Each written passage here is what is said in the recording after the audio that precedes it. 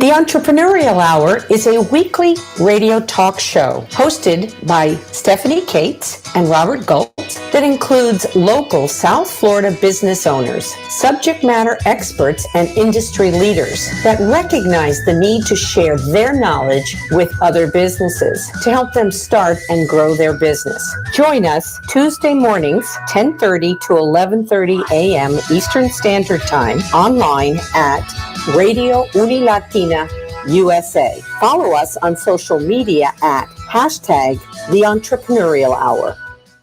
You're back with another week of the Entrepreneurial Hour. My name is Robert Goltz, and I'm here with Stephanie Cates, hey there, my partner. Today we have a great discussion for you. We're going to be talking about starting businesses and history of businesses and things of that nature with the lovely couple, Justin. I'm the lovely part. Yes, he's the lovely part, and she's the real businesswoman. You're the brains. That's right. She's the brains. Thanks, Stephanie. You know, I'm one of your biggest fans. I've told you that many times, and I adore you. Thank you. You know, when I started asking Justin, hey, Justin, I need you guys on the show. I need you. Well, what are we going to talk about? You know, and I'm like, and truly, I wanted something special because you guys are special. You bring a lot of different things. You're the romantic couple. You guys known each other for how long? You've been married. You've known each other like most of your lives. You work together. You're still together after that experience. Exactly. Thank you for laughing at that. Well, you know, if you can't laugh, there's not much you can do. So, excuse me, Marcel, I'm getting a little clacking going on. Is that just me, or is anybody else hearing that little clack? Okay. I thought that was your natural voice. Crack? No, crack might be, but clack, no. So, Jackie, as the currently you own Clean Hair, which we'll talk about a little later. And Justin, you are with Napola Yanta. Napola Yanta, attorneys at law. But before, in your previous life, you owned and operated Kaizen Beauty Academy. How did that come about from, because it didn't. You were very successful. You're one of those people that built something and your exit strategy was cha-ching, we're selling. They're the first family of business. And nonprofits too. So this is the other part of why we should talk about it eventually here. Yeah. So talk to us about how you guys decided to start a business together and how it developed, please. Oh, you want me to do it? You can start that one. I can start this and one? I'll pick it up. Okay. He's usually the opener and the closer. That is true. It's certainly true. I can see that. Yeah. So we make a good team. Well, back in 2007, I was working in title insurance in the real estate market, and don't know if you heard, real estate wasn't great in 2007. So I said, I need to find something else to do to kind of have a backup plan. And I'd always loved education in school. So started looking at something to do. And my first thought was one of those tutoring centers, sort of a franchise, like a Huntington type of thing. We looked at one of those. And as we were still looking, I stumbled across a beauty school. In my travels, one of my clients had an office right next to a beauty school, and it was always buzzing and always a lot of young people having fun. And I thought, this could be really, really cool. Don't know anything about beauty schools, don't know anything about teaching, education, beauty, or any of that. Went, checked it out. I had Jackie go and visit the school. She will swear up and down she never knew anything about it. That's not true. She did actually go visit the school before we bought it. Oh, yeah, that I did. Okay. That was an experience on itself. So we sat in classes, but we had to pretend that we were just random people and not potential buyers of the school. We purchased a school. We actually closed. The anniversary was Saturday or Sunday? Friday was the 10-year anniversary of when we closed on the school. And no, Friday. What? I don't even know. Is that right? I don't even know. I don't even know what day today is. What? Today's Tuesday. So yeah, it was just last week. Just last week was the actual anniversary of the day we closed on the school, and we just decided to take a leap. And I always tell people, if they've ever seen the movie Field of Dreams, there's that scene where the doctor crosses over the white line, and he finds his true meaning in life. And when Jackie crossed over the doorway of the Kaizen, she had found her purpose in life and was a new person ever since that minute. It was absolutely life-changing. The person she was, she had found who she was supposed to be. Nice. And it was a great moment. Well, that gave me chills that your husband recognizes that, Yeah, Jackie. it was life changing. But you were an attorney before. I still am. Excuse me. You're an attorney. Correct. So you went through the law school, you paid all those big bills, and That's correct. And then you're in the title closing as the attorney for the title company. Is that correct? Basically, yeah. Yes. And so then all of a sudden you take this leap of faith. Would you tell us what you did what did you do for Kaizen? What did I do? Well, I still maintained my law job, and I still did that for pretty much the entire time we owned the school. So Jackie ran the day-to-day operations. She was the school director. She was the HBIC, the head B in charge, and she ran the show. I did all of the fun stuff. I paid the bills, made sure the staff got He was paid. the CFO. Okay. In layman terms, you know, what I mean? He was the CFO. I did all the paperwork, all the licensing, All the all of fun the stuff. accreditation. Yes. that I didn't have to do. Well, I remember when I went in and I was working with Justin for the merchant services, it was like, he says, yeah, no, you call this company. We need to do this. He knew everything, even though everybody, when I'd say, well, who should I be talking to? Oh, and Jackie. And Justin's like, no, time out. That's me. She does all the people. She does the people contact and I do the old back office. Just shut the door and let me do what's behind closed doors. That's what it was. It was like that because we started with a director at the school. We actually hired a director when we first took over, and within 2 months she came to me and said, I can't do this job anymore. I'm like, you have 25 years in this. I have nothing. I never even stepped foot into a beauty school until they handed me my keys. Okay, so I didn't know I never even, honest to God, never went to a beauty school. So here's this woman with all this experience that we thought was going to be our director of the school. Within 2 months, she left. Wow. And she wanted to stay. She wanted another job. I'm like, I'm sorry, but this is all I have. So she left, and I then wore the hat of director. I was like, okay, I'm a director of the beauty school. Okay, what do we do now? And that's how it came down, actually. And I did. Well, I found my calling. You're burying the lead of why she left. She was very frustrated because you were running circles around her and she couldn't keep on. She did say that. She did say that. She actually looked at me and said, after 2 months that you've had experience in the beauty industry, she goes, you're running circles around me, and I've been here 25 years. I'm like, okay, I guess we handshake. Nice to meet you. Like, yeah. And that's how it went. Honest to God, that's how it went. It was pedicure day that day, and everyone got pedicured for it. Well, yeah. So Jackie, knowing your personality, knowing both of your personalities, you guys are everywhere. You guys volunteer everywhere. You've been, you've had all kinds of awards, presidential awards because of all your philanthropic endeavors. So I understand that energy you put behind things. What were the things that you really felt that you weren't going to be able to do, both of you? Looking at that business today, what was the biggest struggle you had? First one, because we have businesses that are thinking, I want to do this, I want to buy a franchise, and they've never done it before. You never did this before, either one of you. So what was the biggest challenge that you both found, and then how did you overcome it? Because that's really important for our listeners. Well, I think what happened was when you step into an industry that you know nothing about, right? And then you take over this monster of a business and you have people there. So not only did we have our employees, which I'm going to call my team, I also had 60 plus students day and night, mind you. I had a team during the day, a team during the night. I had students during the day, students at night, and we had clients during the day and night. So the biggest wait a minute now, explain. Yeah. This wasn't just a school where people went to study.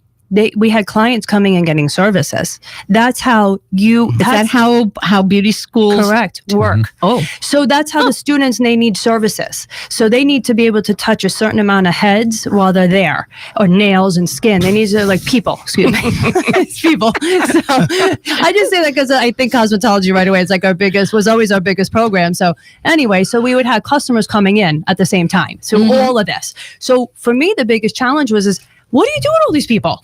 You know what I mean? Like, okay, I'm here, now what? Okay. And then I realized that a lot of people, we predominantly women, right? Yeah. Women really don't like women sometimes.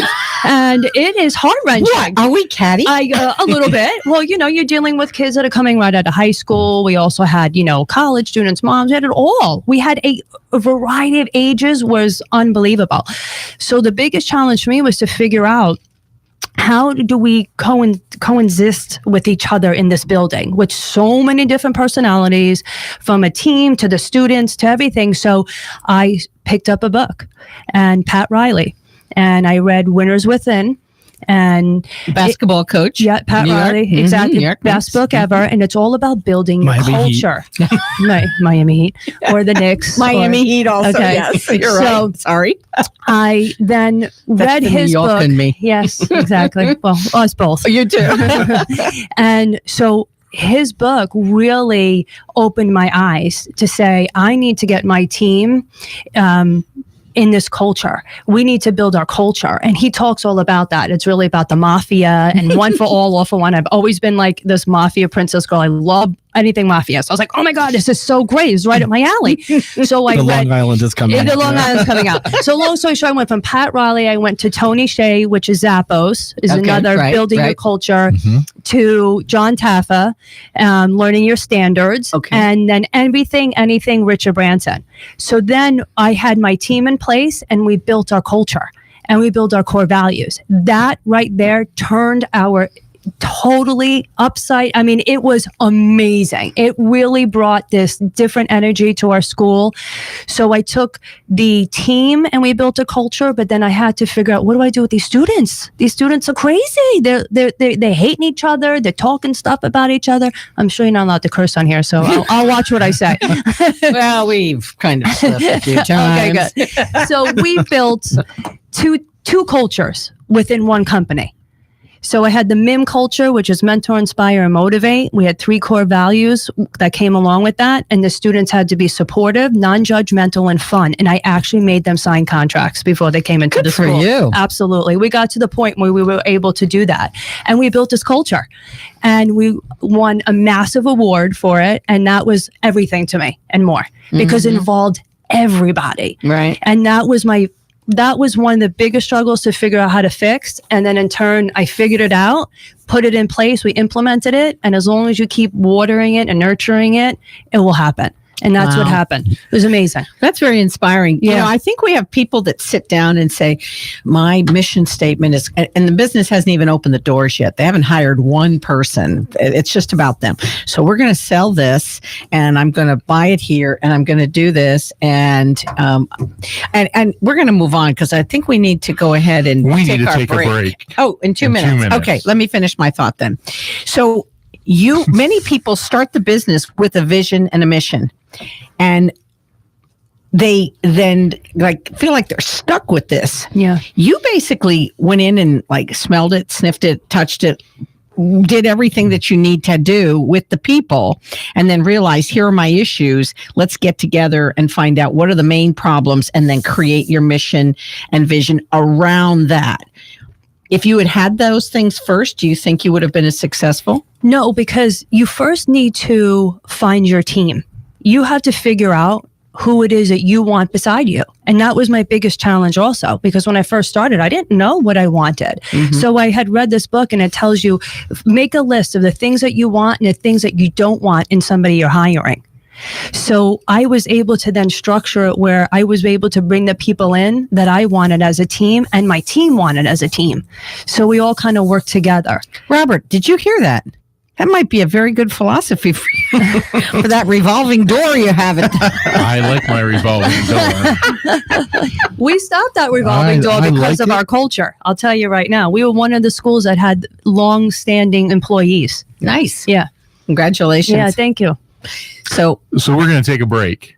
Marcella's just about getting there. So we'll be back in a few minutes with the Entrepreneur Hour with Robert Goltz and Stephanie Cates. Uni Latina International College, with a campus in Miramar, Florida, is a boutique college with an applied, cutting-edge, holistic education model.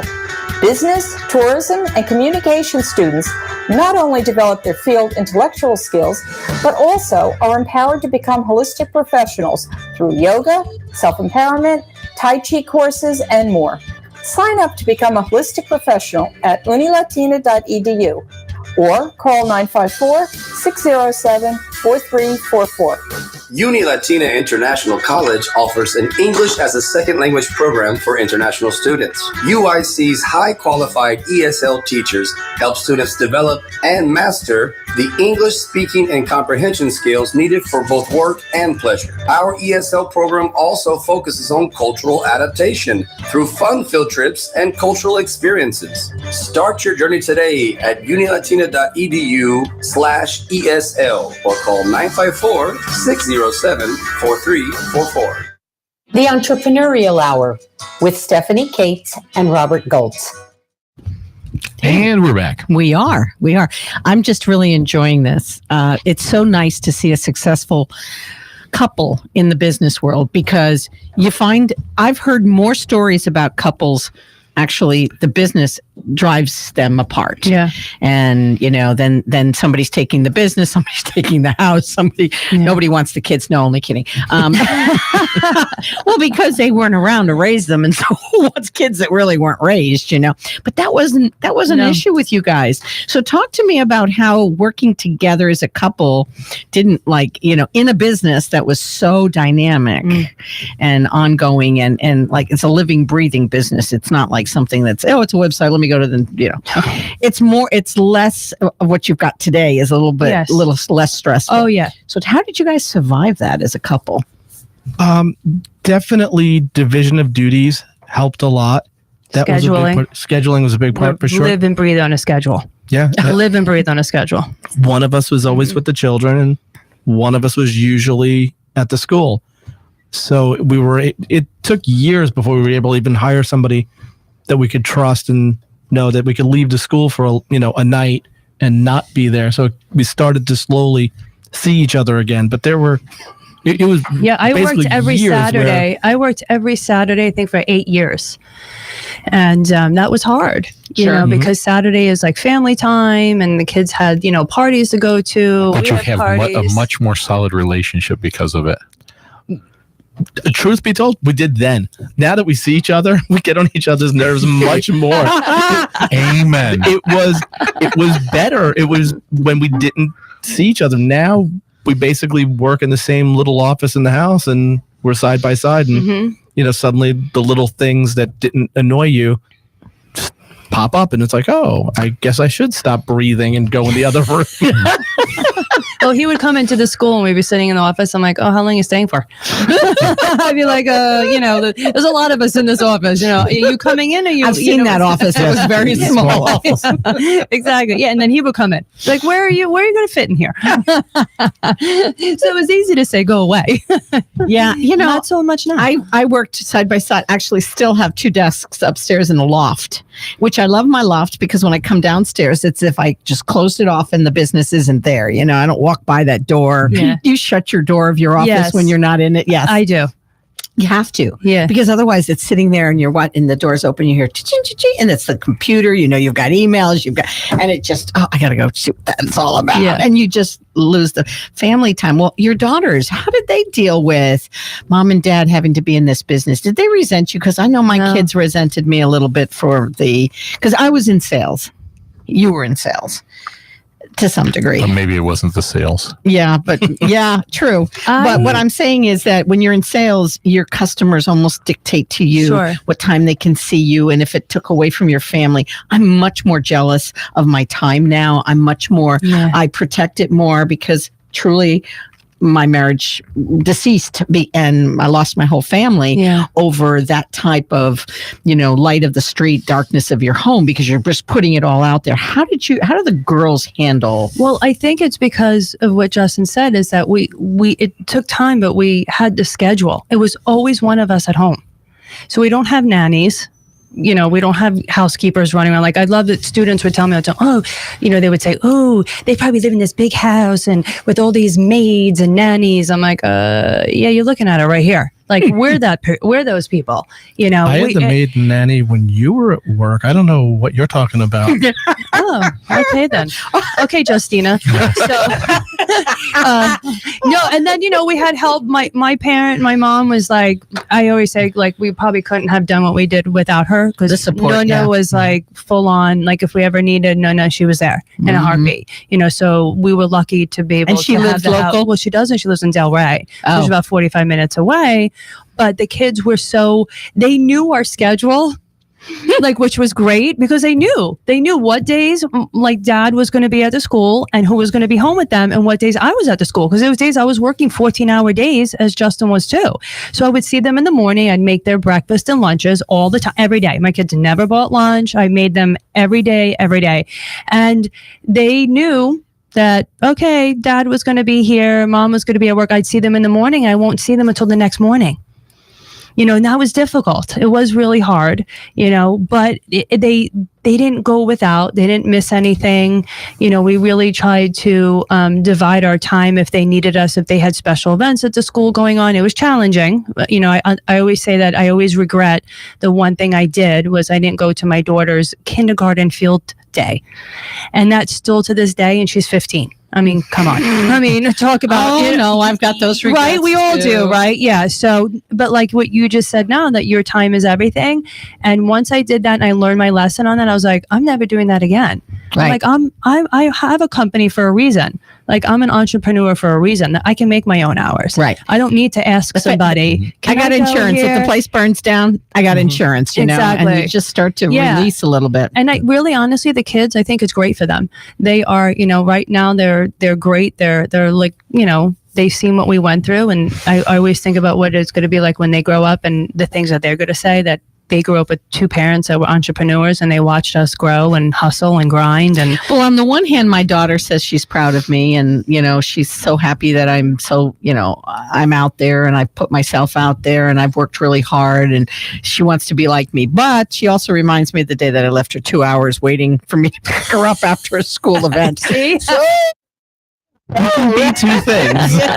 yeah, I can relate. It's, I hate you, Mom. I love you, Mom. I hate you, Mom. I love you, Mom. But it is. It's that book wasn't around, and I at that time I had a husband that worked 25 miles away or 20 miles away, but it wasn't feasible to come home for just to pick up a kid. It's not like Right. You're in the little town of Pembroke Pines. Right. I can go 4 blocks, pick them up, and go back to work. Exactly. So I'm glad you had the support. Yeah. So again, one of the best beauty schools in South Florida. Thank you. We agree. Thank you. And heard that from many people. And then one day what made you decide that you didn't want to be in it anymore? What can you give us where you get to that point where let's look at our options? Well, for me, I don't know, Justin and I, we have obviously different opinions on certain things, but I know that for me, there's a few things. And one was that my kids were getting older, and I wanted to make sure that I was going to be there at every second I possibly could, because I was working with these other kids that came into my school for over a decade now. And we would have these things, I put in quotation marks, our sessions. And I was like a therapist to these kids.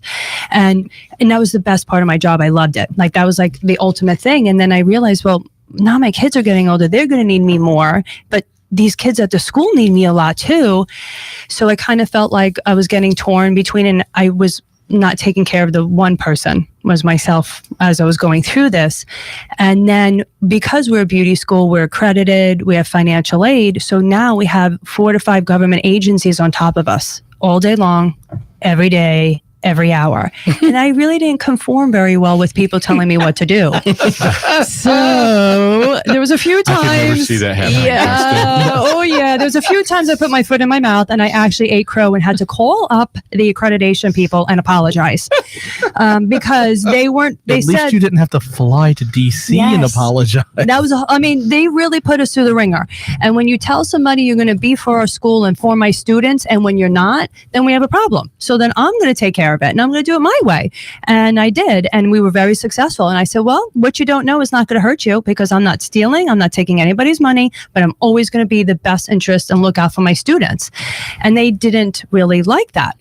So I wasn't doing it their way. And a lot of that is it took a lot out of us because we had to then it was our responsibility for these kids to graduate and find a job. And we were responsible for this and for them to pay back their loan and to take the test. Like, I don't know them from just coming in my school. Yeah. And you want me to refer them out to jobs and stuff you want me to put my referral base on there?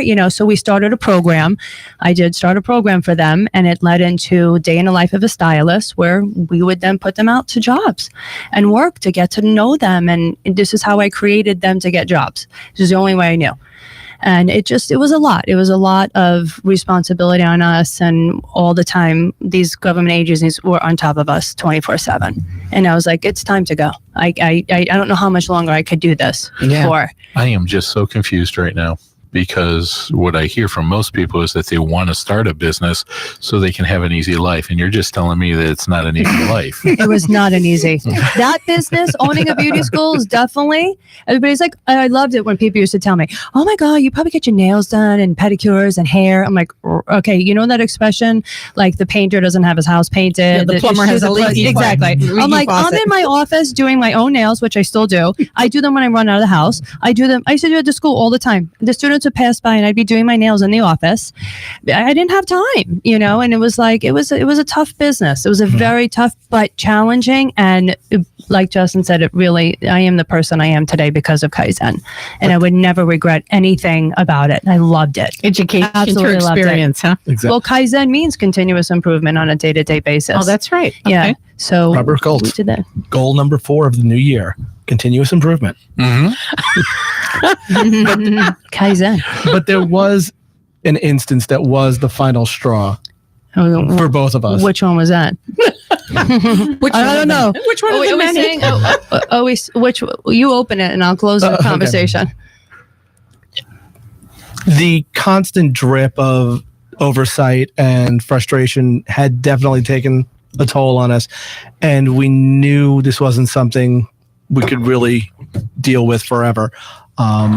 We had also kind of plateaued with the school where it really either needed to be taken to the next level or we needed to get out. Yeah. But right about when we were at the tipping point of trying to decide what to do, we had a financial aid director. The school needs to have a financial aid director. It's required by law. We cannot do it ourselves. We have to have a separate person. It's a difficult position to find. Not a lot of people are familiar with it. We brought a woman in. She was there for what? Probably 3 years. Was it 3 years? Was it that long? I don't know. Yeah, a couple of years. There'd been some red flags about her. We'd heard some stories, but I don't know if we foolishly ignored it or we just kind of out of necessity. We needed this person, so we let it go. Then one day, she stole from a student, and Yeah, that was it. That was my tipping point. Oh, wow.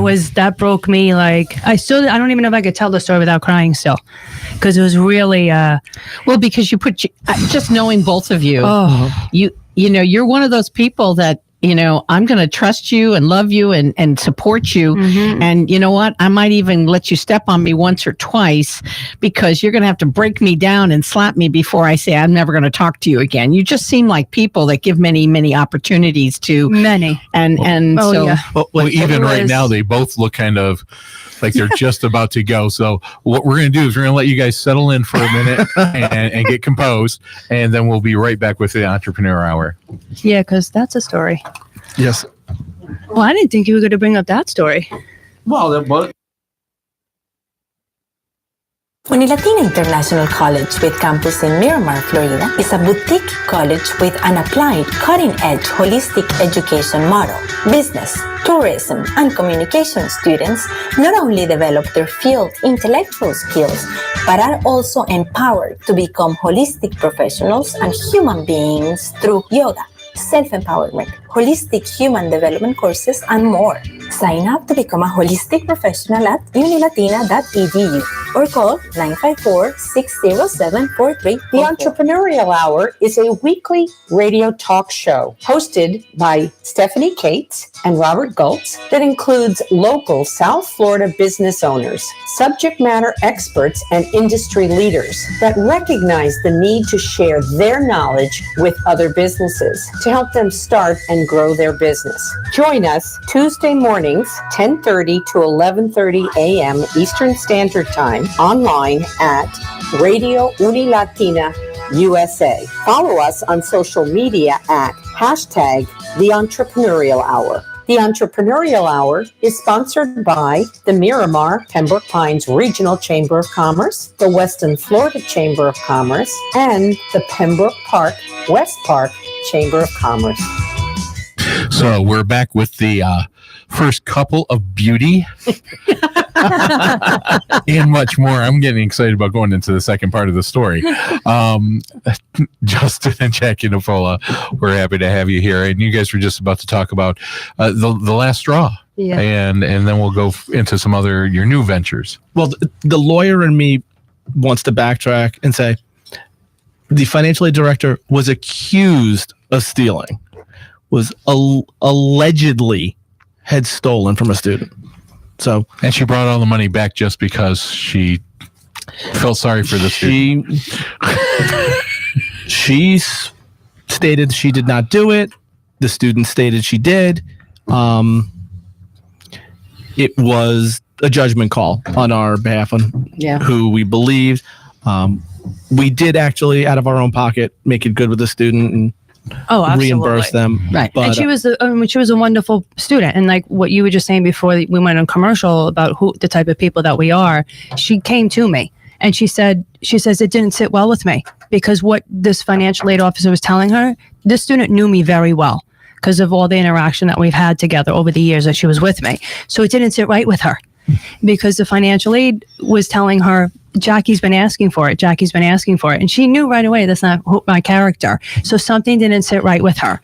And it all happened, the transaction happened in a room that didn't have a camera. So she knew this. But one of our other instructors was passing by and saw the transaction happen. So it was a really bad, it was a horrible, horrible situation. And it was the last straw that I said to our broker, I'm like, if you don't find an owner tomorrow, a new buyer, I'm out. I don't care. I'm closing the doors. I'm done. I'm never doing this again. Because I couldn't believe that someone did that underneath my watch. Because I took all blame for it. Well, It was and you my know what? fault. Like you have it to happened. Everybody needs to understand when you own a business, Robert, if somebody picks up the phone at the chamber and says something absolutely outrageous to somebody, whose responsibility is it? Where does the buck stop? Always stops with me. Exactly. Same thing. I do merchant services. You call up customer service and customer service at an 800 number gives you a malarkey and doesn't help you. Whose head's going to roll? Oh, Whose we blame you. reputation? We always blame you, Stephanie. It's Stephanie's fault. Exactly. Never. Exactly. You're the best. So You always have what I'm saying is that, in a business, you cannot say, well, blah, blah, blah, blah, blah. No. It's my employee. No, you are the business, and everything that someone says about you out there is reflecting of you. Your name, your business is synonymous of one another. 100%. And so I understand how you feel about it. It was that. awful. It was like literally awful. So you got past that point. Yes. What steps did you need to take then just to move on with selling the business? And I'm guessing just because Justin, you're a lawyer and all that you wanted to make sure even in the sale of the business that it was a win situation for you guys also, as well as the new buyer. So how did that go about that process? There are a lot of business brokers out there, but very few are familiar with schools. It's a very different niche. The value of a school is in the licensing and in the certifications, and the financial aid, and the accreditation. So we found basically one of the few business brokers that specializes in schools, and we worked with them and they were in our backyard, no less, too, which was very fortunate. Nice. But they are a national. They are national, but they happen to be here, based out of Boca. Nice. But now, we worked with them for how long? It's got to be 2 years. Was it 2 years? And we started, I guess it was in 2014, 2015. We started and What? we started the sales process. Not that early. No? Not 15. It couldn't have been 15. It was like 16. Maybe 15, 16. Yeah. Maybe going in. It's a huge thing. It's not easy. It's not like when you're selling a We're business. seeing that back room office go on right Exactly. now, folks. You can see their eyes going. There was a point. The point was Where I was just going to buy it off of her and get her. no, but the point was they swore up and down that nothing would happen until after the presidential election. Oh, yes. And I thought that was malarkey. Yeah. I said, if somebody wants to buy a business, they're going to buy it. They're not waiting. Oh. And He was wrong. we had, Wrong. You were wrong. I We will get to say admit, it. I was wrong at that point. We had, some interest. We had some people who, made offers and came and went, but nothing had ever come about it. Really, within probably days of the election, a real legitimate buyer, a person who'd worked in the school industry with a big corporate company as a VP for years. It was always his dream to have his own school. He showed up, and fairly quickly we were able to close the deal. So should we consider this another Trump win after the thing, just like some of these factories, Justin? Is that where we're going with this? I am liking it even better. This is a Cinderella story that I will not forget. No, Please do not mention that in government affairs. A lot of will never forgive me.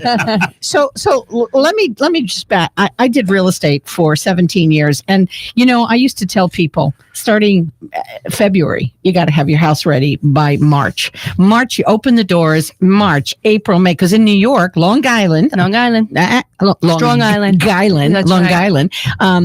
It was 3 months. You go into contract, it'd take 3 months because it's a deeded state. They take the deed. You get your deed when you walk away. So the banks have all the title crap they do, everything. It's 3 months. So if you want to get out of your house, you need to be putting it out like 6 months in advance. So, and then after August, September, guess what? Your house needs to be reduced in price because nobody's going to change their kids' schools after the 1st of September. And so businesses, I noticed the same kind of thing happens. Like just as they're getting into the end of the tax year, that's when there might be some movement. But before elections, there's no movement. None. Before and just after tax day in April, there's no movement. There's just, it's very interesting. And so you got a buyer. How, may I ask you, what kind of a structure they wanted and how did you end up selling it? All cash, boom? I'm asking that because some of our owners might want to understand how you can sell a property. And you help businesses. Your new business is exactly this, right? Exactly. Structuring contracts for business sales and property sales, right? Correct. We decided with the buyer to do, it was 3 lump sums and then installments after that. Our goal is for them to be successful. We want them to continue to grow the business. We want them to be around for years. And for us to basically try to wipe out their savings up front didn't make sense. They wanted to invest in the school. They wanted to redo it. They wanted to invest in new equipment, in marketing, in bringing on staff. So it was a win-win situation for us to stagger the payments and then do payments for, they were doing a few years it's going to be, but it works out well for us. We didn't need all the money that minute. Would have liked it, but didn't need it. And it's nice to have residual income now every month. Sure.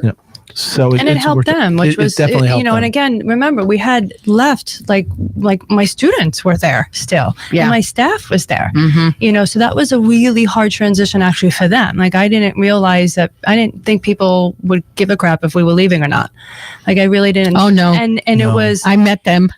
and it was a cry fest. Like I actually videotaped the day of me leaving and I kept a vlog through the journey of it because it was so emotional, and my students were very, very emotional. My team was, so it was really hard. It was hard to walk away because of them. So I wanted to make No. It's hard to walk away because of you. Speed of the leader, speed of the pack. And so you created that environment there that they all cared, and they cared about you as much as you cared about them. Without that guidance, and that's what we keep telling people, leadership in a business isn't just, it's picking the right team around you, but it's also making each one of those people feel well, that's when important. I realized, I think that's when I said to myself that, wow, I actually, after a decade of doing this, I'm like, I'm actually a good leader. Like, I actually know what I'm doing. Like, because when my students, one of them actually walked out of the room when I was telling them I was leaving. Like, he couldn't deal with it. And he was having a breakdown. And I'm like, oh my gosh, I had no idea this was going to happen. Then I'm looking around, I'm like, all the students are crying. I'm like, oh my God. So, and then my teachers, I'm like, wow, I really like, I didn't realize how impactful. I know. I'm like, okay, exactly. I'm like, psych, early April Fools. I don't know, but so at the end, but we wanted to leave them with, we wanted to leave them successful so they can make our students successful, right. And keep our team and everything. So let's go. Fast forward. 18 months. Correct. Is the school doing well? They are thriving. We one of the things I'm going to take pride in is that when we left, I actually handed them waiting lists of people to come into the school. We had waiting lists to come in. So, and we were faced with, there was 5 other schools and 4 or 5 other schools in less than 5 miles around, and we were the new ones still on the block. So I'm like, we knew we did something well there.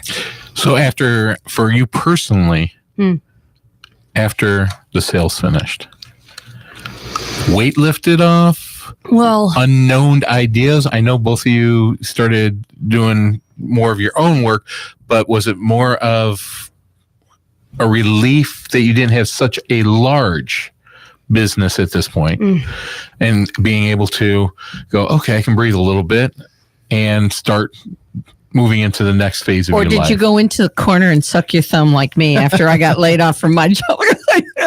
No, some of us are strong, some of us are weak. Yeah. Ouch. Liz, don't hear any of what he said. I am still a strong mama. You are so funny. No, really, actually, I left March. It was March 1st, and we sold August. So because of that incident that happened, I couldn't be there anymore. Like, I had to get out. And we were able to get with the new owner. We brought them in as a management team. So we brought in a person to take over my job so I could leave. And literally the next day is when I started Clean Hair. Sometimes I wish I would have kind of stepped back for a second and evaluated the whole thing. But honestly, I still had Kaizen on my mind because he was still in it, like knee deep. Even though I wasn't going there every single day, I was still in it. So it really wasn't a relief until August 1st. We sold on August 1st, my mom's birthday. And that day was like this brick just lifted off my chest. And I was like, I could breathe. Like, I couldn't breathe for over 10 years. I would go to sleep worrying. I'd wake up worrying. I worried all the time. Because I had team to worry about. I had students and these clients, and then I had my house to worry about. So I was always worrying, and I'm like a worrywart. So, that time it was unbelievable that I left and I literally started Clean Hair the next day. That was a diversion at the beginning, or was that something you thought would really be a good job? A new job transfer? Yeah, well, I was creating it while I had Kaizen. Oh. The idea was, I already had that idea, a few years before I even really launched Clean Hair. Is I started at the school, and I started coming home at night and fiddling in the kitchen and making solutions and trying to figure out ways to do Clean Hair and how to do it. And I'd put out bands and test them. And so I did all that while I was at Kaizen. But then my last day at Kaizen, I was like, okay, well, what am I going to do tomorrow? well, I can't just do nothing. I can't sit on the couch and eat bombs all day. You know, what am I going to do? Well, okay, I'm going to just start working on a new business. But I like business. You know what I mean? I love it. I love the journey and everything. So I was so excited. And so during this time, you're still working. Correct. And you hadn't opened up your own thing after. So you were just trying to get through August. Yeah. Correct. And so August 1st comes along, and then you're free now too. Yep. When this everything's sold. So what I want to do is we're going to take a break, and then we'll come back and talk about Clean Hair and Napoleon Yanta and how those two started up, and get your guys' feedback on starting up another business, a new chapter in both your lives. It's a little different and sometimes together. Unilatina International College with campus in Miramar, Florida is a boutique college with focus on entrepreneurship. UIC offers associate and bachelor degree programs in business, tourism, and communications and media. Associate degree students develop their business plan while studying at UIC. Dream, learn, and grow.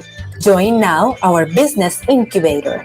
Learn more at unilatina.edu or call 954-607-4344. The Entrepreneurial Hour is a weekly radio talk show hosted by Stephanie Cates and Robert Gultz that includes local South Florida business owners, subject matter experts, and industry leaders that recognize the need to share their knowledge with other businesses to help them start and grow their business. Join us Tuesday mornings, 10:30 to 11:30 a.m. Eastern Standard Time, online at Radio Unilatina USA. Follow us on social media at #The Entrepreneurial Hour. The Entrepreneurial Hour, shining light on the Tri-Chamber members. So we are back, and we just got done through 45 minutes of talking about Kaizen and the partnership couple, and the rise, and then the departure. And now we go into this last 15 minutes to talk about your new endeavors. And so we'll go through each one. First, I'm going to go ladies first with Jackie, because I just find it so cool that we are with the queen of lice. and it's just, it would make my wife, even seeing the word, just starts freaking out.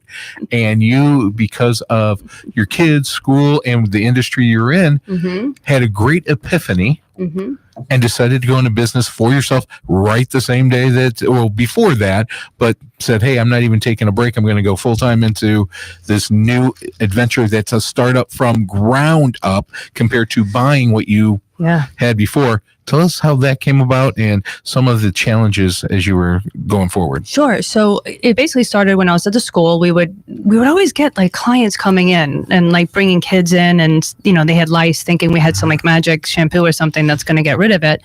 And that was a whole disaster in itself, because to go and tell somebody, hey, your kid has lice, we can't do your service today. You want to err on the side of, politeness and caution. You don't want to make anybody feel bad. So we used to have that, and that was like the students would be running around like, Stephanie's over here itching. I'm so used to it now that I don't even See, worry. if you would have hired me, I would have done that for you real quickly and loved it. Yeah. Kid has lice. Yeah. Well, and then you have like all these students running around freaking out. The teachers are coming. I'm like, oh God. And me, I get skeeved out. Like, I'm like, oh God, I'm like, lice. Oh shit. Like, what am I going to do? I'm like, gross. Oh my God. I'm like skeeved out. So long story short, one day, one of my kids comes home, and guess what? They have lice. So I quickly call, and I find like a lice removal place that's like a half an hour away, because I'm like mortified, embarrassed. Holy cow, I own a beauty school and my kids freaking have lice. Like, what does this mean? Oh my God. So I go up there on a Saturday, which is apparently high peak hours. So my daughters have long hair. Mia has very long curly hair. It's $135 an hour. She had it. My other daughter, Ava, had it, and I had it. 3 of us. We had to have Justin come up to the place also to check him out. Thank God. But of course, Justin doesn't have that much to worry about. Exactly. So. Thank God for that. All right. The only reason why going bald helps. Just kidding.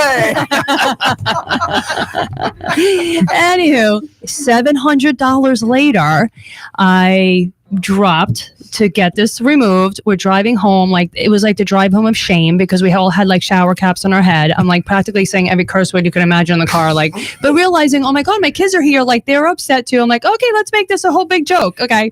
We go home. I'm like, something just didn't sit right with me. I couldn't understand how I just paid $700. I'm like, and I'm married with a family. I'm like, but what about the single moms that this happens to? How are they? It's their kid that keeps bringing it to school. Somebody's kid is, right? So, yeah. So I'm like, how can this be? So I'm over here and I'm looking at my dog and I'm like, well, dogs have a flea collar and they could have ointment. What? This is true. This is true. It's a flea collar, has an ointment, or they could take a pill to get rid of their fleas. So I was like, well, where is our stuff? Right? Like, hello, where's our flea collar? It costs $700 and some dollars. Exactly. It costs $700 to get it removed. So I was trying to figure out a way that this can't ever happen again. And so I started like the mad woman that I am. I was like researching, and I started finding out that there were no headbands or hair ties that were infused with the solution to help repel lice, because the main thing is to keep your hair up. So I created an idea of doing these hair ties and headbands, and then I also created a spray. So because I had the school, I had all these connections with manufacturers and stuff, I brought it to my manufacturer who always supplied me shampoo and everything. I'd known him for over 10 years. Brought him my idea. He said, I think this idea is brilliant. I want you to go home and make the business, and I'm going to make your spray. So he actually, in turn, we used his chemist, and I met with her and we spoke about it, and we went over exactly what ingredients were going to be in there, making sure nothing is harsh chemicals, toxins, paraben free, SLO free, all this, how we did it at the school. I brought it right back into clean hair. And now we're August 2018. I launched, and I use my favorite person ever, Stephanie over here with merchant processing. She was like such a big help. It was unbelievable. And you are right when you say working with somebody that you can call locally versus trying to get through 800 numbers, because I've had that experience. But Stephanie's always been there to help us. So thank you. Yeah. So now here I am. Now have my new business, Clean Hair, keep your hair pest free. And we have stylish and discreet hair accessories and products that repel the most cringeworthy word, lice. Mm-hmm. And it's amazing because her marketing now, she's working with schools. And who else? You've expanded so quickly. It's crazy. I work with schools, and I always tell the schools, I'll give you 10% back, whatever you want. I'll give you more. Like, you know what I mean? Like, we're here to help. So, you know, we're working with the schools. That's kind of more on the side. More to me, that's more of like giving back and wanting to really help. But right now, I'm working with a few lice removal companies. Actually, I have my products in their centers. I just closed a deal with a salon in Colorado. So we're shipping out. I'm shipping out tomorrow, actually, to them. I just met with somebody, and he's going to be my distributor to export. So he's going to go into markets, into Israel is his first market, because he is actually from there. So I just met with him on Sunday, actually. So we have that going. I have a few salons that carry it now. I have a place in New York. So little by little, you know, getting out there, e-commerce, you know. I'm looking forward to the commercial where all of a sudden you walk and you spray somebody's head, and all of a sudden a bunch of lice come out with a little luggage and get off the head. That's what I'm looking for. Well, that's a good one. But it doesn't really work that way. I mean, no. Well, we don't. Clean hair is actually the preventive. It's a preventive. We don't do the removal. So you take a spray and you put it on a hairpan or other things. So it's like those religious people knocking on the door and the door just not opening. That's what it is. Well, we don't want the lice. Exactly. Go on, next one. Yeah. We're trying to prevent us from getting lice. It's like if you go to the lavatories here and you find the preventive stuff on the counter. Yes, it's a preventive. It's a preventive. Right. And she did actually just film a video. Yeah. It's really very cute. We just filmed a video. So I really believe in interns. Mm-hmm. So I always, you know, just from being Kaizen, I've had employees that didn't really know a lick of what they were doing. And I was fine with that, because I never would hire on skill set. I never hired on skill set when it came to my administration team.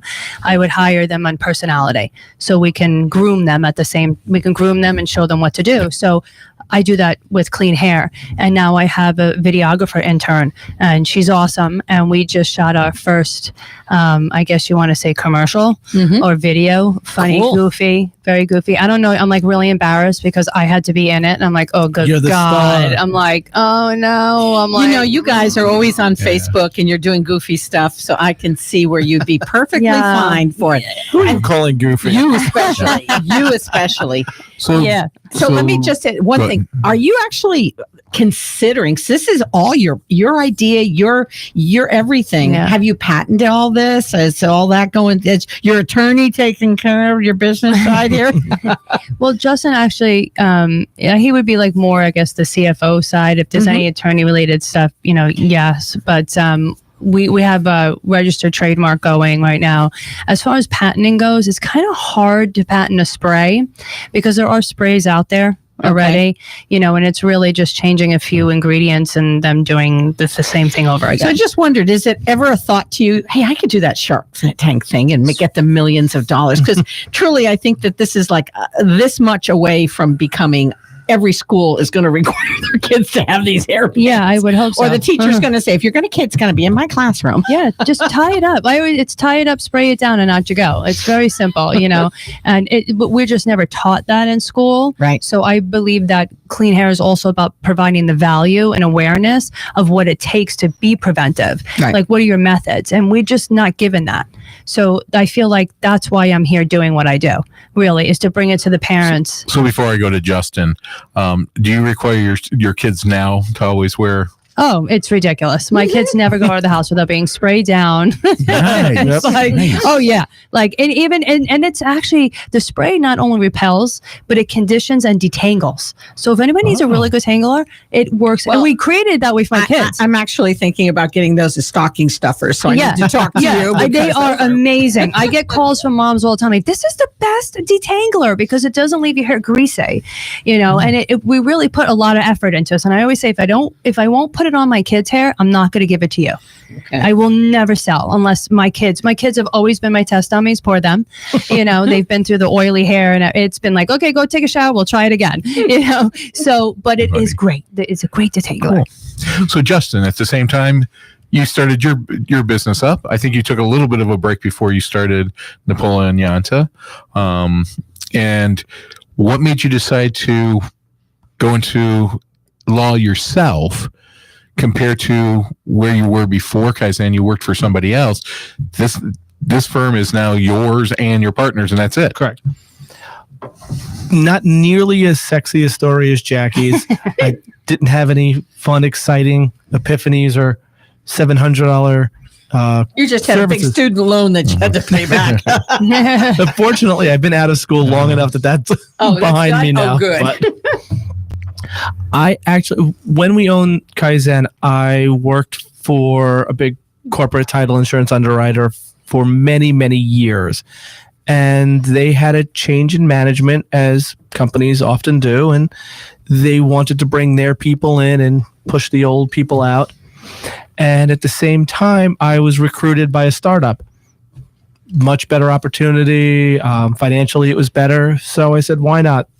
They don't really want me here. These people want me. Why not go for it? So I joined the startup and I worked there for about a year. They called us all into the office the week before Christmas and said, we don't have our license. We don't know when we're getting our license. So we're shutting the division down. Kind of necessity at that point. I needed to find something to do. So Jackie doesn't allow hobos to say. Exactly. We got bills to pay. So the following week, I had lunch with another attorney who worked at the company. I looked at her and said, you want to work for anybody else? She goes, no. You? No. I said, why don't we just go and do our own thing? It worked out beautifully. She enjoys really the behind the scenes work, processing the files, doing the more traditional legal work. I prefer being out and about and bringing the business in, shaking hands and kissing babies. So it's been a great partnership. Every month we've done a little better than the last. We're going in the right direction. We've got some exciting plans for 2019. and it's been great. So tell me what you specialize, because every Certainly. attorney kind of has their own little Absolutely. specialties. We specialize in transactional real estate, so closings, contracts, leases. And do you still do the title work for Yes, that? correct. We do the title work. So that is our main focus. In addition, we do some probate work and some estate planning work, but kind of lean more towards the. And you also, do you do business contracts? We can, yes, absolutely. Okay, so you do business contracts. So any of our business people that don't have contracts with their partners or they want to have a contract, you would review all that for them. Absolutely. Okay, we're just about to close down. If both of you guys can give us a little information about how our listeners can reach you, your name, company, phone number, and email, just so we can have that at the end of the show. And I'll go to Jackie first. Sure. My name is Jackie Napola, and the company is called Clean Hair, which is KLEEN Hair. We have a Facebook page that you can come and check us out. Products are listed on there too. Instagram as well. Our website, cleanhair.com. We have some hair instructional videos as well on there, showing you how to use our headbands and hair ties to keep pest free. Excellent. And your email or phone number for the company? Sure. Email is info@cleanhair.com, and our phone number is 954-372-5785. Okay. Jackie. So again, if you don't want your head to itch, Jackie's the place to call right now. That's right. Or if you've already paid the $700 and you don't want to drop that dime again, Definitely give us a call. give Jackie a call. Justin, over to you. Sure. I'm Justin Napola of Napola Yanta, Attorneys at Law. I can be reached at jnapola, JNEPOLA, at napolayanta.com. How do you spell Yanta? YONTA. You can find us also at www.napolayanta.com, and all of my social media is at Mr. Napola, so you can find me there as well. He has a radio voice, doesn't he? It's just, Yeah, all of a sudden it came out of I nowhere. I was know. like, what? I think he could replace us pretty quickly. Nobody can replace you, Stephanie. Now, Robert, Well, I've been trying to find someone. Anyway, with that, you've been with the Entrepreneur Hour. See us next week. We will be No. Oh, We would need to wish happy holidays to our listeners, and we're not going to be back until after the 7th of January. well, I guess I'll see everybody on the 7th outside it. Or the 8th, one of those days, I'll be here. I might break in and just do a special show for everybody. But from all of us, That'll be the Speedo show, right? and the Latina and the show, thank you. Have a happy holidays, and we'll see you in 2019. Take care. Thank you. Thank you. The Entrepreneurial Hour is a weekly radio talk show hosted by Stephanie Cates and Robert Gultz that includes local South Florida business owners, subject matter experts, and industry leaders that recognize the need to share their knowledge with other businesses to help them start and grow their business. Join us Tuesday mornings, 10:30 to 11:30 a.m. Eastern Standard Time, online at Radio Unilatina USA. Follow us on social media at #The Entrepreneurial Hour.